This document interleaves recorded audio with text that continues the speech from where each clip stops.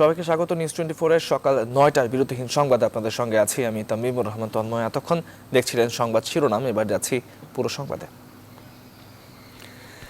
বাংলাদেশে গ্লোব বায়োটেকের উদ্ভাবিত 3টি ভ্যাকসিনের মধ্যে একটি ভ্যাকসিন ক্লিনিক্যাল ট্রায়াল বা মানব দেহে ট্রায়ালের জন্য তৃতীয় পক্ষ হিসেবে আইসিডিডিআরবি প্রস্তুতি শুরু করেছে।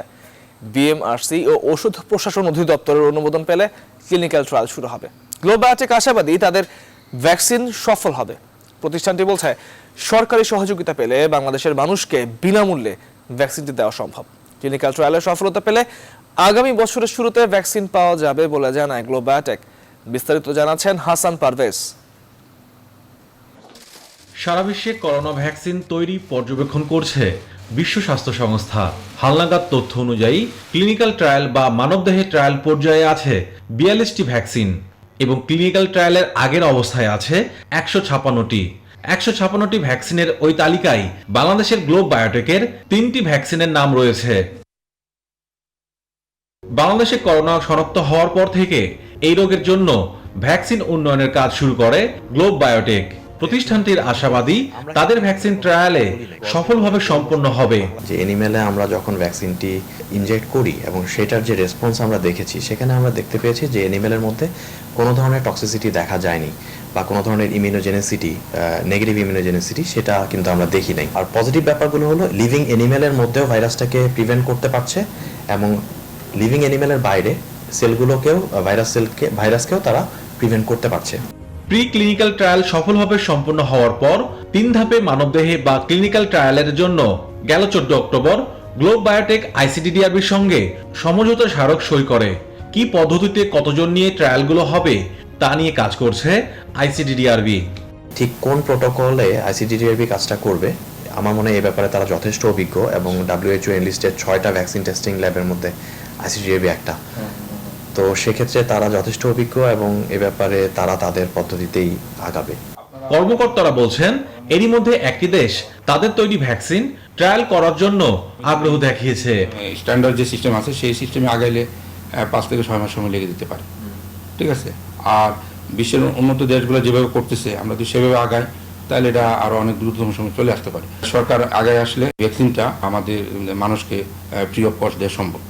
গ্লোব বায়োটেকের ব্যান কোভিড ভ্যাকসিন কেবল প্রথম পর্যায়ে। বড় পরিসরে ট্রায়ালের পর নিশ্চিত হওয়া যাবে দেশে তৈরি এই ভ্যাকসিনের কার্যকারিতা। হাসান পারভেজ, নিউজ 24, ঢাকা। করোনাকালে বন্ধ হয়ে গেছে দেশের অর্ধেকেরও বেশি কাগজ কারখানা, ফলে চরম দুর্দশায় পড়েছে এই খাত সংশ্লিষ্ট লাখো শ্রমিক, কর্মচারী ও উদ্যোক্তা বিশ্লেষকরা বলছেন মূল্য সংযোজনকারী ভারী এই শিল্পের সুরক্ষায় বিশেষ প্রণোদনার আওতায় এনে এর অর্থায়ন নিশ্চিত করা গেলে ঐতিহ্যবাহী এই শিল্পকে টিকিয়ে রাখা সম্ভব। বিস্তারিত জানাচ্ছেন বাবু কামরুজ্জামান। যুক্তরাজ্য থেকে উচ্চশিক্ষা শেষ করে দেশেই ভিন্ন কিছু করার স্বপ্ন দেখেন তরুণ উদ্যোক্তা মাহমুদ হাসান। বছর 4 আগে রূপগঞ্জে মোটা অঙ্কের বিনিয়োগে চালু করেন সিয়াম পেপার মিল নামের এই প্রতিষ্ঠান। করোনার শুরু থেকেই থমকে আছে এই কারখানার চাকা।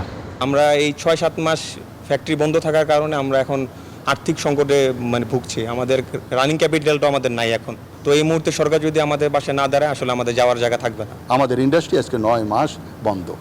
আজকে শুধুমাত্র এই ব্যাংকের অসহযোগিতার জন্য আমরা চালু মিলকে বন্ধ করতে বাধ্য হয়েছি। একটা গ্রেস পিরিয়ড সময় দিয়ে আমাদেরকে রিশিডিউল করে ব্যাংকের সুবিধাগুলো নেওয়ার সুযোগ করে দিলে আমরা ঘুরে দাঁড়াতে পারবো। বাংলাদেশ পেপার মিলস অ্যাসোসিয়েশনের হিসাব বলছে দেশে নিবন্ধিত কাগজ শিল্প প্রতিষ্ঠানের সংখ্যা 114টি, যেখানে চালু ছিল 75টি কারখানা। কিন্তু করোনার ছোবলে এরই মধ্যে বন্ধ হয়ে গেছে 38টি। প্রায় 4 দশকের ঐতিহ্যবাহী কাগজ শিল্প করোনাকালে রুগ্ন হয়ে পড়লেও অন্তরালেই থেকে যাচ্ছে তার পুনরুদ্ধার পরিকল্পনা। এই যেমন এই একটি কারখানা গত 9 মাস বন্ধ থাকায় হুমকিতে পড়েছে অন্তত 150 কোটি টাকার বিনিয়োগ। পেপার মিলস অ্যাসোসিয়েশনের মহাসচিব বলছেন মহামারীর এই সময়ে বিশেষ খাত বিবেচনায় সহজ করতে হবে এ খাতে প্রণোদনা পাওয়ার সুযোগ। এই সেক্টরটাকে পৃথক সেক্টর হিসেবে বিবেচনা করে এর জন্য পৃথক একটা প্যাকেজ, প্রণোদনা প্যাকেজ বা পুনরুদ্ধার প্যাকেজ যদি ঘোষণা করা হয় যুক্তিসঙ্গতভাবে পেপার সেক্টরে যারা আছে বা বিপিএম এর সংশ্লিষ্ট কর্মকর্তা যারা আছে তাদের সাথে আলাপ আলোচনা করে, তাহলে এই সেক্টরটিকে উদ্ধার করা সম্ভব হবে।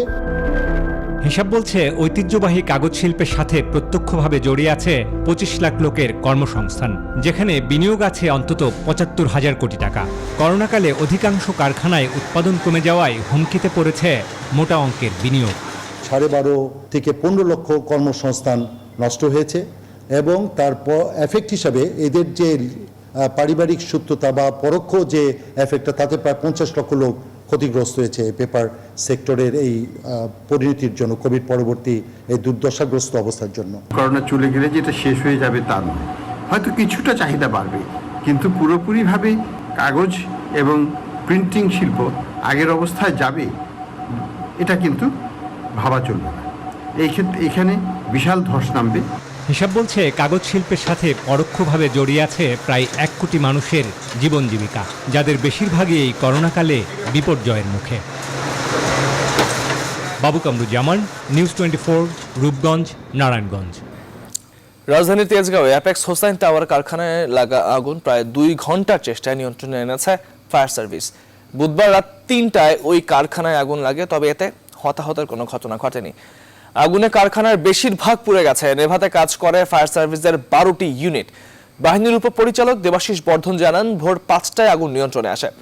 কারখানায় টায়ার তৈরির কাঁচামাল ও বিপুল টায়ার ছিল, তবে আগুনের সূত্রপাত এবং ক্ষয়ক্ষতির হিসেব এখনও চূড়ান্ত করেনি ফায়ার সার্ভিস। এই কারখানায় অগ্নি নির্বাপন ব্যবস্থা ভালো ছিল না বলেও জানান ফায়ার কর্মকর্তারা। এটা হচ্ছে টায়ার ফ্যাক্টরি, আর তার পাশে হচ্ছে ফোম ফ্যাক্টরি। ফোম ফ্যাক্টরির পাশে হচ্ছে মাল্টি ব্র্যান্ড, এটা হচ্ছে আপনার গাড়ির ওয়ার্কশপ। এটা না 2:30টার দিকে ধাপ করে ফুটে উঠছে। অগ্নি নির্বাপন ব্যবস্থা খুবই অপ্রতুল ছিল। আর যে জিনিসটা হলো যে অনেক ড্রামের অস্তিত্ব পাওয়া যাচ্ছে, অনেক মানে র মেটেরিয়ালস, যেটা টায়ারের র মেটেরিয়ালস। জাতীয় অর্থনৈতিক পরিষদের নির্বাহী কমিটি একনেক সভায় 1,668 কোটি টাকা খরচে 4টি প্রকল্পের অনুমোদন দেওয়া হয়েছে। একনেক চেয়ারপারসন প্রধানমন্ত্রী বেগম শেখ হাসিনার সভাপতিত্বে মঙ্গলবার ভিডিও কনফারেন্সিং এর মাধ্যমে এনএসসি সম্মেলন কক্ষে অনুষ্ঠিত সভায় এর অনুমোদন দেওয়া হয়। গণভবন থেকে প্রধানমন্ত্রী ভিডিও কনফারেন্সিং এর মাধ্যমে এবং শেরে বাংলা নগরে এনএসসি সম্মেলন কক্ষে সংশ্লিষ্ট মন্ত্রী ও সচিবরা উপস্থিত থেকে একনেক সভায় যুক্ত হন। অনুমোদিত প্রকল্পগুলোর মধ্যে বেসামরিক বিমান পরিবহন ও পর্যটন মন্ত্রণালয়ের যশোর, সৈয়দপুর ও শাহ মখদুম বিমানবন্দরের উন্নয়ন, পল্লী উন্নয়ন ও সমবায় মন্ত্রণালয়ের 2টি প্রকল্প উল্লেখযোগ্য।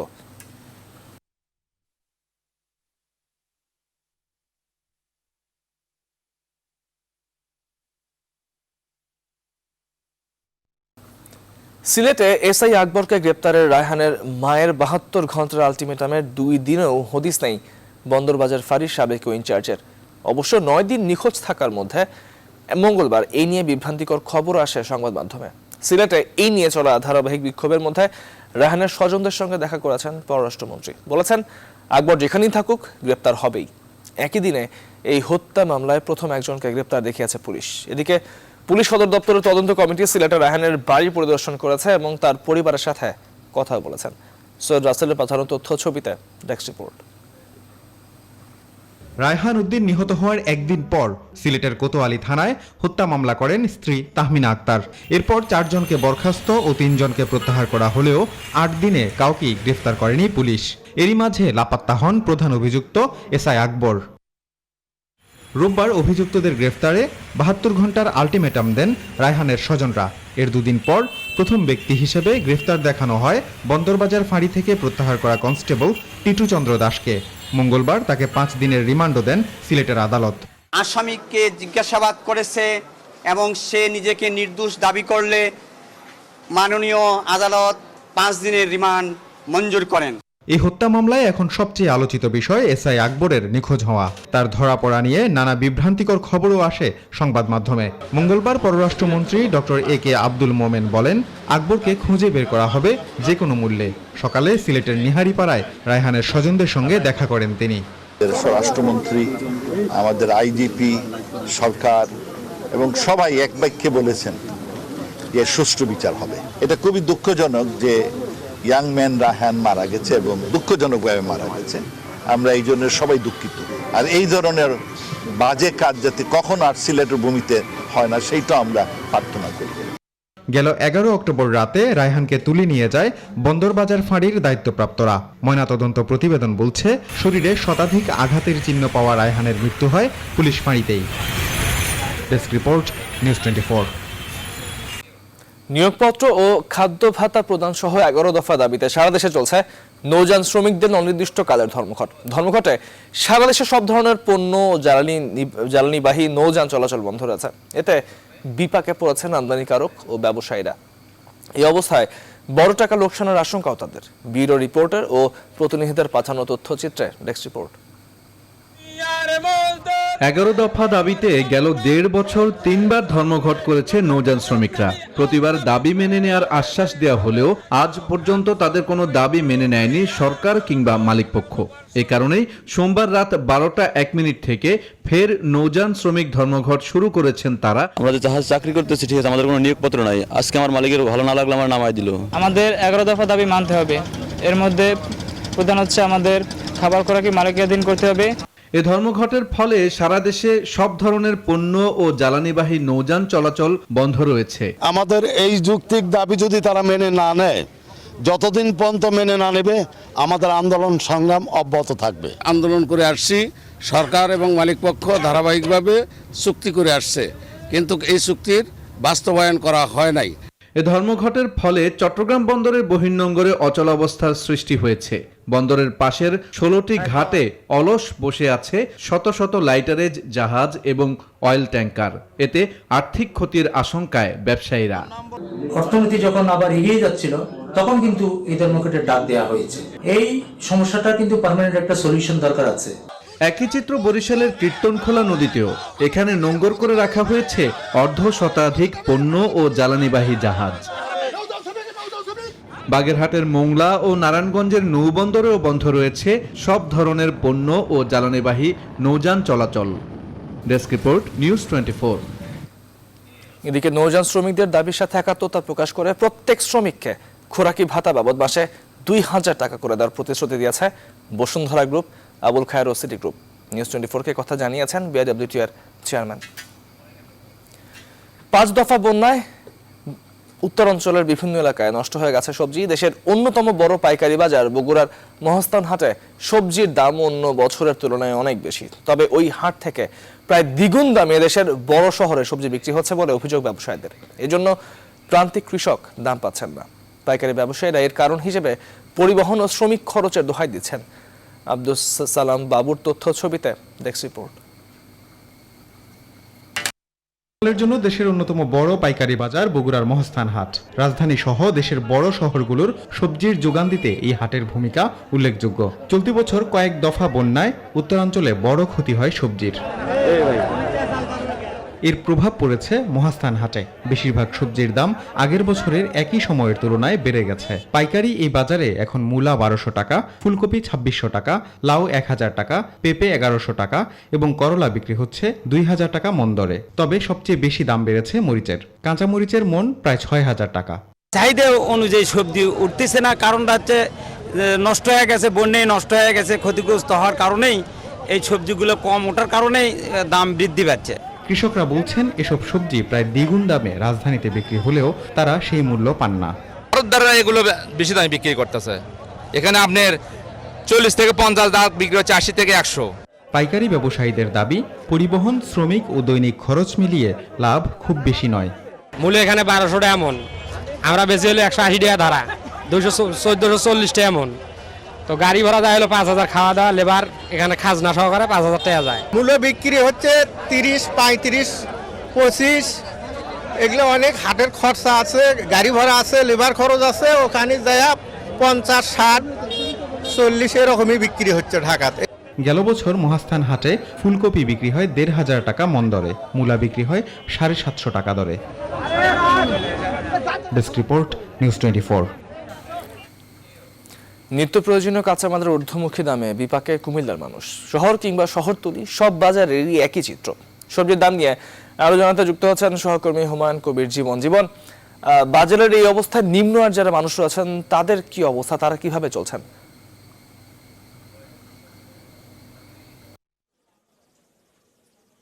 তন্ময়, আপনাকে ধন্যবাদ।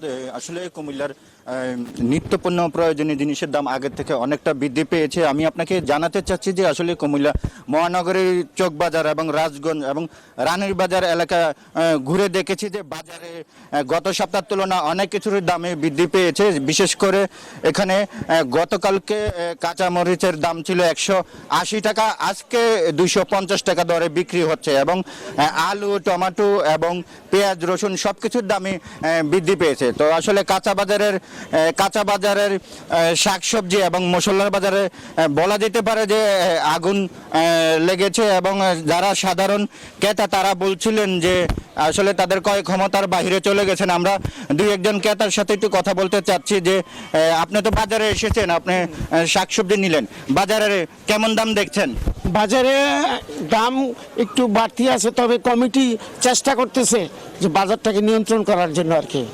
তারপর বহু চেষ্টা করতেছেন, তো বাইরে থেকে করতেছে, যদিও সরকার 35 টাকা মূল্যে। ধন্যবাদ আপনাকে। আপনি শুনছিলেন যে আসলে ক্রেতারা বলছিলেন যে বাজার যারা কমিটিতে রয়েছেন তারা বাজার মনিটরিং এর বিষয়ে তারা সর্বোচ্চ সজাগ রয়েছেন। তো আমি আরেকটি বিষয় জানা রেখে আমি কয়েকটি বাজারে ঘুরে দেখেছি যে তারা বলছিলেন যেন জেলা প্রশাসন যেন ভ্রাম্যমাণ আদালতের মাধ্যমে যেন এই কুমিল্লা মহানগরীতে যে সকল বাজারগুলো রয়েছে সেগুলি যেন মনিটরিং করেন। তো আমরা একটু কথা বলতে চাচ্ছি কুমিল্লা দৈনিক রানীর বাজার ব্যবসায়িক সমিতির সাধারণ সম্পাদক মাহবুব মেহেদী, আপনার কাছ থেকে জানতে চাচ্ছি আসলে বাজারে তো সবকিছুর দামে বৃদ্ধি পেয়েছে, এই বিষয়ে আসলে আপনারা বাজারের নিয়ন্ত্রণ করার ব্যাপারে আপনার কোনো ভূমিকা আছে কিনা?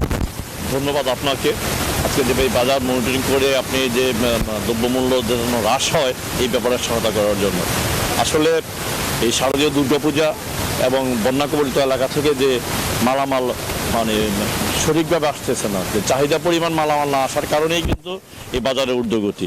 এই ঊর্ধ্বগতি ঠেকানোর জন্য বাংলাদেশ দোকান মালিক সমিতি কেন্দ্রীয় কমিটির নির্দেশনায় কুমিল্লা দোকান মালিক সমিতির সম্মানিত সাধারণ সম্পাদক জনাব আতিকুল্লাহ খোকন সাহেবের নেতৃত্বে এই ধারাবাহিকতা মনিটরিং যে সেল তৈরি করা হয়েছে সেটা চকবাজার, রাজগঞ্জ, টমসমবেদ, বাদশামিয়া বাজার সহ রানী বাজারেও এই ধারাবাহিকতা বজায় আছে যে আমরা প্রতিদিনই এই বাজারটাকে মনিটরিং করতেছি। এই মনিটরিং সেলটার কাজই হলো যে বাজার যে ঊর্ধ্বগতি হচ্ছে আমরা ব্যবসায়ীদের সাথে বসতেছি। ধন্যবাদ আপনাকে। আপনি শুনছিলেন যে আসলে ব্যবসায়িক নেতারা বলছিলেন যে বাজার মনিটরিং এ তারা সর্বোচ্চ চেষ্টা করছেন। এবং আমি আরেকটি বিষয় জানিয়ে রাখি যে আসলে কুমিল্লার যে সকল বাজারগুলো রয়েছে সেগুলি আসলে বাজারে রয়েছে সেগুলি মনিটরিং করার জন্য তারা সর্বোচ্চ চেষ্টা করছেন। সবকিছু এই ছিল আমার কাছে সর্বশেষ। আমি স্টুডিওতে ফিরে যাচ্ছি তন্ময়ের কাছে। হুমায়ুন কবির জীবন, আপনাকে ধন্যবাদ আমাদের সঙ্গে যুক্ত হওয়ার জন্য। এবারে ফার্স্ট সিকিউরিটি ইসলামী ব্যাংক অর্থ বাণিজ্যের সংবাদ।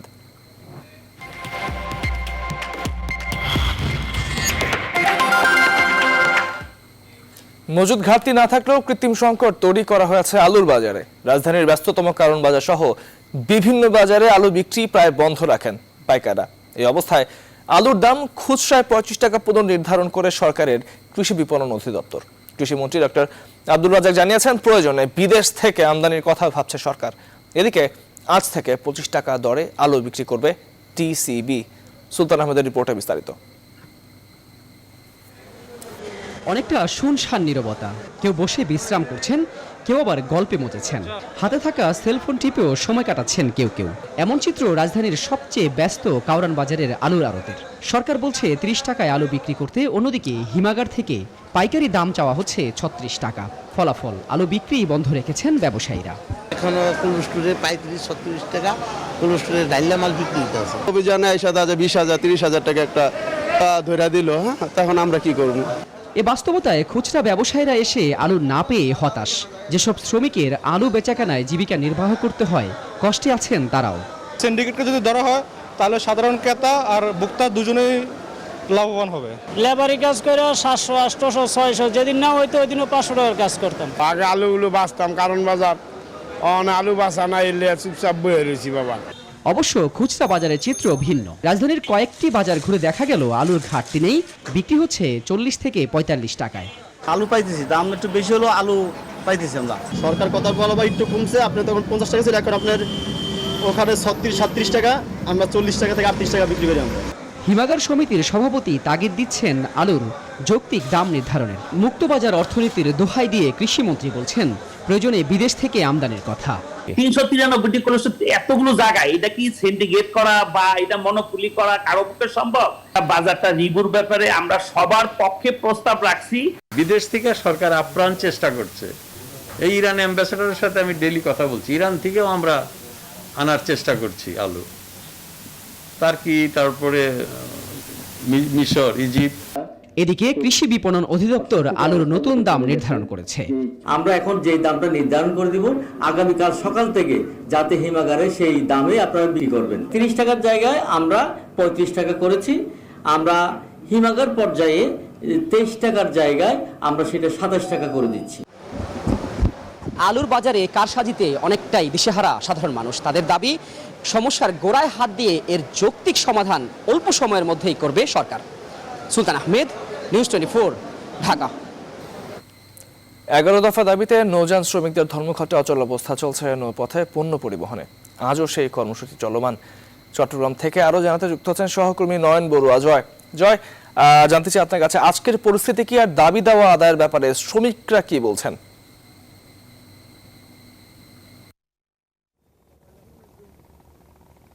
ধন্যবাদ তন্ময়। গতকাল যে দাবি নিয়ে তারা ছিলেন, তারা এখনও পর্যন্ত দ্বিতীয় দিনের মতন তারা ধর্মঘট পালন করছেন। কিন্তু সকাল থেকে কিন্তু আমরা দেখছি গতকাল যেমনটা যেভাবে ছিল, কিন্তু সেইভাবে যে আমরা এখনও পর্যন্ত আমরা দেখছি যে কর্ণফুলী নদীতে যে জাহাজগুলো দেশের বিভিন্ন জায়গা থেকে লাইটারের জাহাজগুলো এসেছে, সেই জাহাজ কিন্তু আসলে সেই জাহাজ থেকে পণ্য কালাস তারা একেবারে কিন্তু বন্ধ করে রেখেছেন। তার কারণে কিন্তু আপনি অবশ্যই দেখতে পাচ্ছেন তারা কিন্তু আসলে নদীর পাড়েই কিন্তু আসলে শ্রমিকরা, এমনকি নৌযান শ্রমিক, এমনকি লাইটারের জাহাজ শ্রমিক যারা আছেন তারা কিন্তু দাঁড়িয়ে তারা কিন্তু আসলে যে এই জায়গায় অবস্থান করছেন, কোনো কোনো জায়গায় কিন্তু তারা অলস সময় কাটাচ্ছেন। এখানে আমরা একটু দেখাতে চাচ্ছি, আপনি অবশ্যই দেখতে পাচ্ছেন যে জাহাজগুলো লাইটারের জাহাজ কিন্তু প্রায় 12,000 মেট্রিক টন জাহাজ কিন্তু আসলে যে কর্ণফুলী নদীতে কিন্তু আটকে আছে বলে আমরা জানতে পেরেছি। তেমনিভাবে দেশ ছাড়াও বিদেশ থেকে কিন্তু অনেক ভেসেল কিন্তু এসেছেন। আমরা যতটুকু পর্যন্ত আমাদের তথ্য আছে প্রায় 37টি ভেসেল কিন্তু আসলে যে বঙ্গোপসাগরের বহির্নোঙরে আটকে গেছে। তাহলে কিন্তু আপনি অবশ্যই বুঝতে পাচ্ছেন কিন্তু আসলে যে ধর্মঘট, শ্রমিকদের ধর্মঘটের কারণে কিন্তু আসলে ব্যবসায়ী যারা আছে, চট্টগ্রাম বন্দর ভিত্তিক যারা ব্যবসায়ী আছে তারা কিন্তু সমস্যার মধ্যে পড়ছেন। তার কারণে চট্টগ্রাম চেম্বার থেকে কিন্তু আসলে যে এই সমস্যার সমাধান করার সেরকম হুঁশিয়ারি কিন্তু দিয়েছেন। আমরা একটু কথা বলতে চাচ্ছি, আমার পাশে আছেন কিন্তু আসলে যে নৌযান শ্রমিক ফেডারেশনের যুগ্ম সম্পাদক রয়েছেন খোরশেদ আলম। আমরা একটু জানতে চাচ্ছি, গতকাল থেকে আপনারা যেভাবে কিন্তু আসলে যে জাহাজ থেকে পণ্য কালাস একেবারে বন্ধ করে রেখেছেন, তো আসলে কতটুকু যৌক্তিক বলে মনে করছেন? আমরা এটা যৌক্তিক মনে করি। এই কারণে আমরা দেশের স্বার্থে আমরা 4বার আন্দোলন করেছি, 4বারই প্রত্যাহার করেছি। আমরা তো না খেয়ে কাজ করতে পারবো না। 2018 সালে যে পণ্যমূল্য ছিল, আজকে যে পণ্যমূল্য এক জিনিস না। আজকে বাজারে গেলে 1 কেজি আলু কিনতে হয় 50 টাকা করে, পটল কিনতে হয় 80 টাকা করে। তাহলে এই অবস্থায় আমাদের দাবি হচ্ছে নিয়োগপত্র, পরিচয়পত্র, খাদ্য ভাতা দিতে হবে, মৃত্যুকালীন ক্ষতিপূরণ 1 লক্ষ টাকা দিতে, 10 লক্ষ টাকা দিতে হবে, মাস্টার ড্রাইভারদের টেকনিক্যাল ভাতা, এন্ডোর্সমেন্ট ভাতা, ইনচার্জ ভাতা এগুলা দিতে হবে, বৃদ্ধি করতে হবে। এগুলি হলো আমাদের দাবি। এরকম দাবি নিয়ে কিন্তু আপনারা আরও অনেকবার কিন্তু আসলে আন্দোলন করেছেন। বারবার এই আন্দোলনে যাওয়া এই কতটুকু যৌক্তিক বলে মনে করছেন? আমাদেরকে আন্দোলনে যেতে বাধ্য করা হচ্ছে।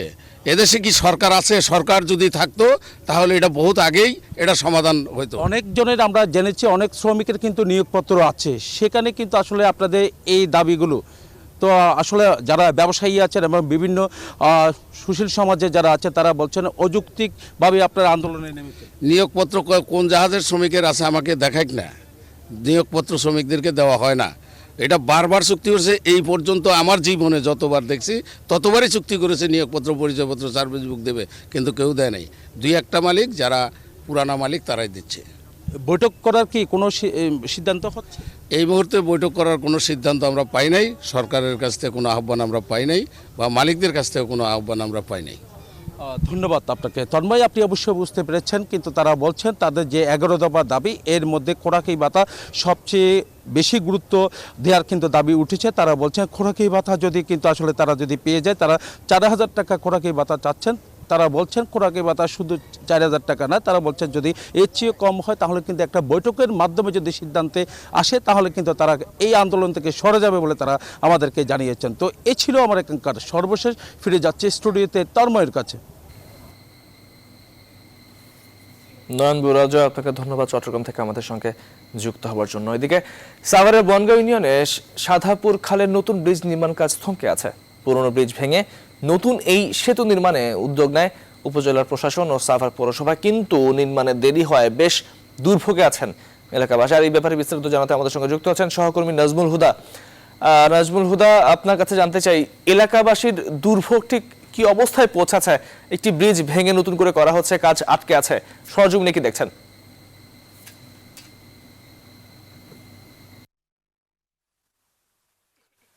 ধন্যবাদ তন্ময়। আপনি যেমনটি বলছিলেন, আমি এই মুহূর্তে রয়েছি সাভারের বনগাঁ ইউনিয়ন এলাকায় এবং এই যে ব্রিজটি একটি প্রায় 42 মিটার যে ব্রিজটি, সেই ব্রিজটি কিন্তু একটি বেইলি ব্রিজ ছিল এবং সেখানে কিন্তু যে স্থায়ীভাবে একটি ব্রিজ করার জন্য প্রকল্প হাতে নেয় এবং যৌথ উদ্যোগে সাভার পৌরসভা এবং স্থানীয় সরকার মন্ত্রণালয়, সেখানে কিন্তু আসলে তাদের যে দুর্ভাগ্য, আসলে এই যে সড়কটি এমনিতেই 23 বছর ধরে এই সড়কের কাজ হয় না এবং তারপরে আবার একটি ব্রিজ মরার পরে খারারগা, তারপরে এই এলাকার যেসব মানুষ রয়েছে তারা আসলে জনগণ রয়েছে তারা কিন্তু আসলে দুর্ভোগের শিকার হচ্ছে। আমি একটু কথা বলতে চাই চাচা আপনার সঙ্গে, যে এইখানে যে ব্রিজটি ছিল, ব্রিজ হচ্ছে না এবং রাস্তাঘাট ভাঙা, কি কারণে হচ্ছে না? এই শুনি হয়েছে, এই শুনি হয়ে যাইব। 23 বছর ধরে খালি এগুলো শুনতেছি।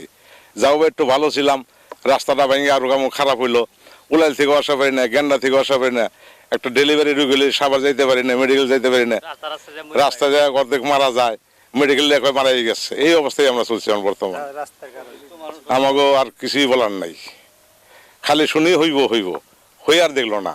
আপনাকে যেমনটা আসলে বলছিলেন, স্থানীয়রা কিন্তু অভিযোগ করছে, আপনি একটু দেখাতে চাই ক্যামেরার মাধ্যমে যে আসলে এখানকার যে বাস্তবতা, সেই বাস্তবতার সাথে আসলে কতটুকু মিল রয়েছে সেটা আসলে আমরা একটু সরাসরি একটু দেখাচ্ছি এবং ক্যামেরার মাধ্যমে যে এই যে এইখানে যে বৃষ্টি হওয়ার কথা সেই বৃষ্টি হচ্ছে না এবং পাশের যেটা আপনি দেখছেন যে রাস্তা রয়েছে, সেই রাস্তার মানে খাল হয়ে গেছে এবং সেখানে কিন্তু যে উন্নয়নের কথা বলা হচ্ছে সেই উন্নয়ন হচ্ছে না।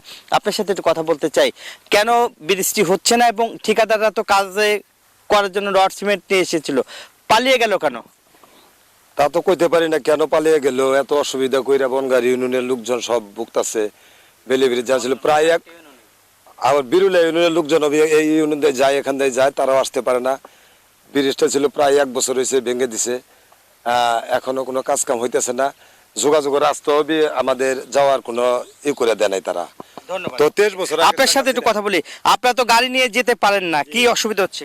অনেক কষ্ট হয়েছে আমাদের, অনেক জায়গা ঘুরা বনগাঁও যেতে হয়, আবার সাভার আইতে হয়।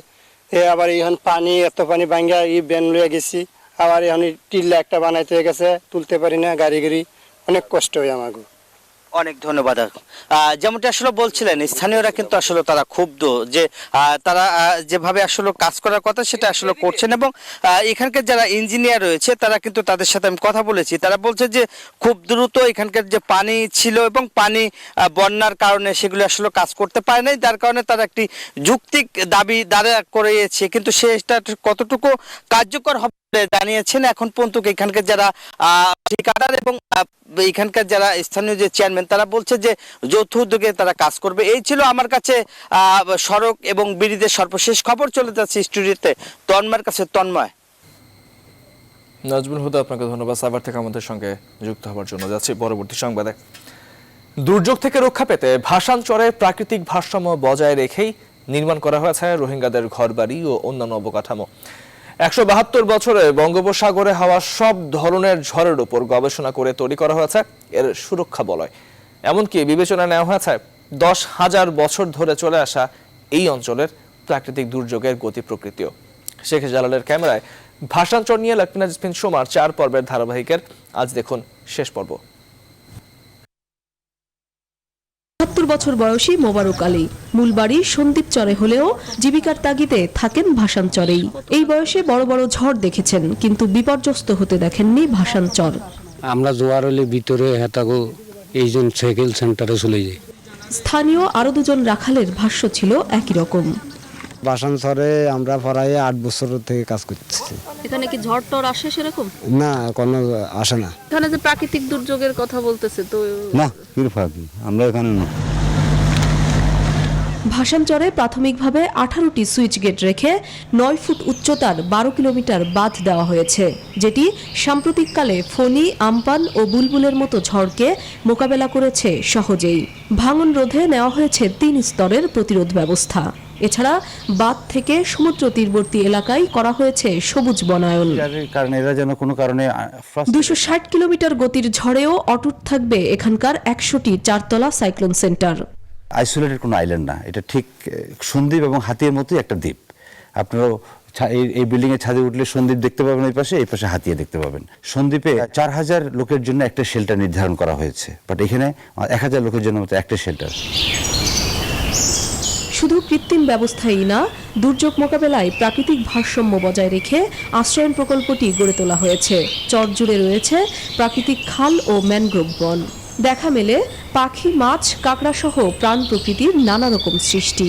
আর তাই সৌন্দর্যের দিক থেকেও আলাদা এক নৈসর্গিক পরিবেশ তৈরি হয়েছে ভাসানচরে। গুগল ম্যাপে 2002 সালে স্বীকৃতি পাওয়া এই ভাসানচরে এখনো বড় ধরনের কোনো প্রাকৃতিক দুর্যোগ দেখেনি কেউ। তবে সেই সংখ্যা মাথায় রেখেই পরিবেশ নষ্ট না করে নির্মাণ করা হয়েছে এখানকার অবকাঠামোগুলো। এখানকার সাইক্লোন সেন্টারগুলো শুধুমাত্র রোহিঙ্গাদের জন্যই নয়, এই চরাঞ্চলের মানুষের এখন অন্যতম ভরসার জায়গা। লাকমিনা জেসমিন সোমা, নিউজ 24, ভাসানচর, নোয়াখালী।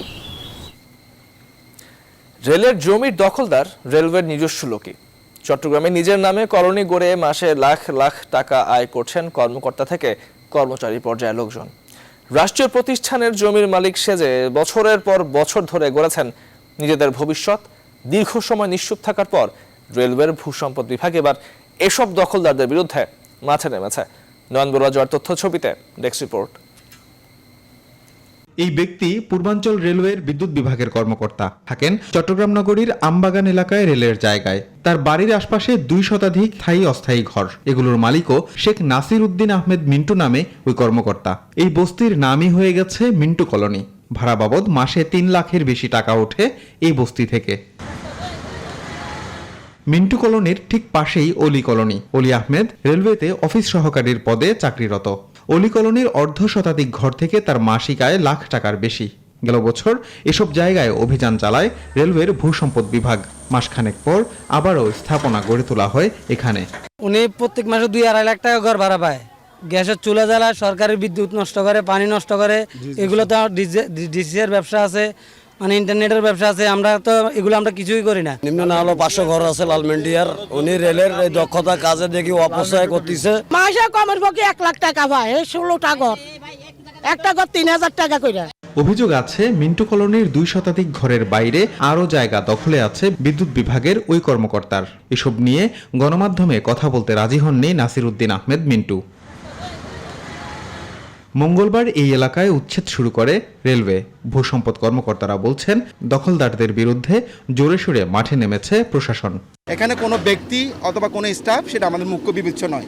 যেই হোক, অবৈধ যারা থাকবে তাদেরকে যদি আমরা নাম পাই, তাদের বিরুদ্ধে আমরা মামলা দিব। 1, 2 হচ্ছে অবৈধ যেটা করেছে সেটা আমরা উচ্ছেদ করে রেলের নিয়ন্ত্রণে নিয়ে আসবো। সারা দেশে অবৈধ দখলে থাকা রেলওয়ের প্রায় 32,000 একর জমির মধ্যে পূর্বাঞ্চলে রয়েছে 1004 একর জমি। Desk report, news 24। বিদেশগামীদের দুর্ভোগ কমাতে করোনা পরীক্ষার কেন্দ্র বাড়িয়েছে সরকার। এজন্য নতুন করে ল্যাব সুবিধা সম্পন্ন 10টি হাসপাতালে কোভিড-19 পরীক্ষা করা যাবে বলে জানিয়েছেন স্বাস্থ্য সচিব আব্দুল মান্নান। মঙ্গলবার সচিবালয়ে সাংবাদিকদের এক প্রশ্নের জবাবে তিনি এসব কথা বলেন। ল্যাব সুবিধা রয়েছে এমন হাসপাতালকেই নির্বাচিত করা হয়েছে। 10টা তাদের ল্যাব ফ্যাসিলিটিস আছে এবং এগুলো আপনারা দেখছেন যে দেশের একেবারে টারশারি লেভেলের অনেক বড় হসপিটাল এগুলো, যাতে মানুষের কষ্টটা একটু লাঘব হয়। একটি জায়গায় তো দৌড়াদৌড়ি করতে পারছে না, শুধু আইডিসিআর তো এটা করা যায় না, বা অত আইসিডিডিআরবিতে। আমরা একটু এক্সপান্ড করছি মানুষকে আরো বেশি সার্ভিস দেওয়ার জন্য।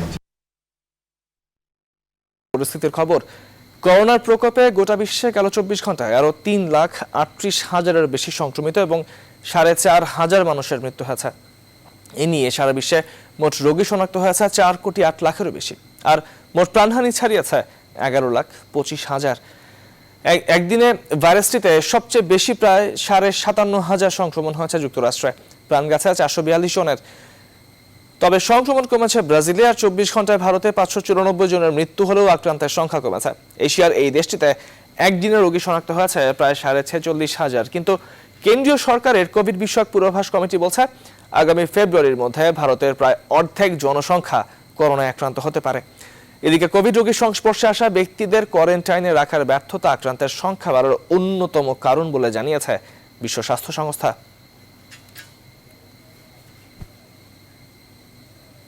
নির্বাচনী আচরণবিধি লঙ্ঘনের অভিযোগে নির্বাচন কমিশনের করা মামলায় শর্ত সাপেক্ষে আগাম জামিন পেয়েছেন ফরিদপুর 4 আসনের স্বতন্ত্র সংসদ সদস্য মুজিবুর রহমান চৌধুরী ওরফে নিক্সন চৌধুরী।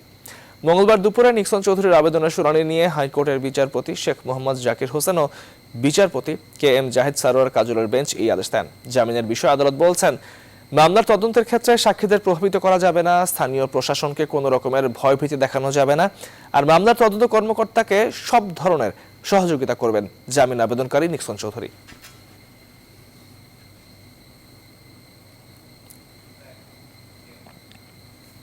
বহিষ্কৃত যুবলীগ নেতা ইসমাইল চৌধুরী সম্রাটের বিরুদ্ধে অস্ত্র মাদক মামলার অভিযোগপত্র আমলে নিয়েছেন আদালত। জামিন নামঞ্জুর করে পাঠানো হয়েছে তাকে কারাগারে। মঙ্গলবার ঢাকা মহানগর দায়রা জজ KM ইমরুল কায়েস এই আদেশ দেন। অভিযোগ গঠনের শুনানির জন্য 30 নভেম্বর দিন ধার্য করা হয়। এর আগে সকাল 10টায় সম্রাটকে আদালতে হাজির করা হয়, রাখা হয় আদালতের হাজতখানায়। পরে শুনানিতে আইনজীবী সম্রাটের জামিন আবেদন করলে আদালত জামিন নামঞ্জুর করেন।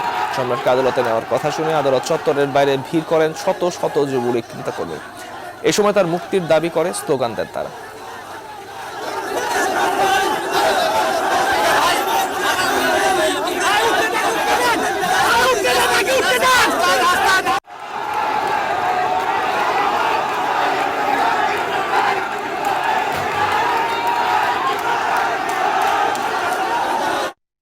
এবার মার্কিন নির্বাচন প্রসঙ্গ। 3রা নভেম্বরের নির্বাচনকে সামনে রেখে টানা প্রচারণায় চালাচ্ছেন প্রেসিডেন্ট ট্রাম্প। সোমবার অ্যারিজোনায় অনুষ্ঠিত র্যালিতে ট্রাম্প বলেন, ইউক্রেনের বিষয়ে বাইডেন ও তার ছেলে হান্টারের দুর্নীতির বিষয়টি FBI সুষ্ঠুভাবে তদন্ত করা উচিত। এছাড়াও মার্কিন স্বাস্থ্য বিশেষজ্ঞ অ্যান্থনি ফাউসির বিষয়ে ট্রাম্প বলেন, ফাউসির কথা মতো চললে যুক্তরাষ্ট্রে করোনায় মৃত্যু 5 লাখ ছাড়িয়ে যেত। এদিকে বৃহস্পতিবার শেষ ডিবেটকে সামনে রেখে কোনো নির্বাচনী প্রচারণায় অংশ নেননি বাইডেন, আর প্রথম দফার বিতর্কে ব্যাপক হইচই হওয়ার কারণে চূড়ান্ত ডিবেটে ট্রাম্প বাইডেনের মাইক্রোফোন মিউট রাখার সিদ্ধান্ত নিয়েছে কর্তৃপক্ষ। অন্যদিকে আসন্ন প্রেসিডেন্ট নির্বাচন উপলক্ষে ফ্লোরিডা সহ অন্তত 44টি অঙ্গরাজ্যে শুরু হচ্ছে আগাম ভোট গ্রহণের। এর মধ্যে রেকর্ড গড়ে 2,80,00,000 আগাম ভোট পড়েছে।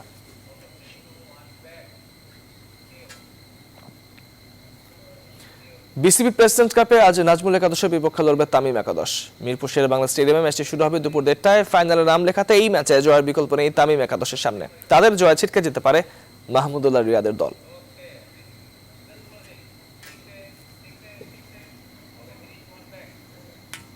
দর্শক, শেষ করছে এখনকার নিউজ 24 বিরতিহীন সংবাদ। সঙ্গে থাকবার জন্য এতক্ষণ ধন্যবাদ সবাইকে।